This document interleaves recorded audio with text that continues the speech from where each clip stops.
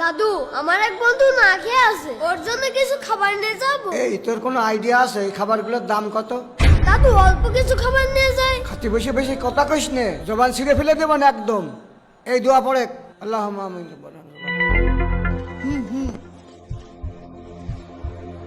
লা ইলাহা ইল্লাল্লাহ মুহাম্মাদ। আরে দাদু, খাবারের টিকটিকি পড়েছে। আরে তাই তো, টিকটিকি আসলো কোত্থেকে?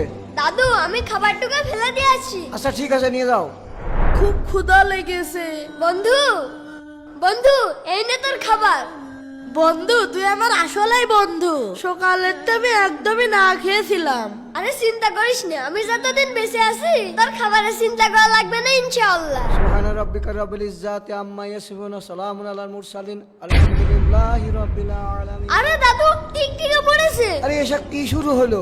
দাদু, আমি এই খাবারটুকু ফেলে দিয়ে আসছি। আচ্ছা যাও, প্রতিদিন খাবারের ভিতরে টিকটিকি পড়ছে। আরে খাবার কোনে নিয়ে যায় দেখতে হবে তো, যাই দেখি আসে।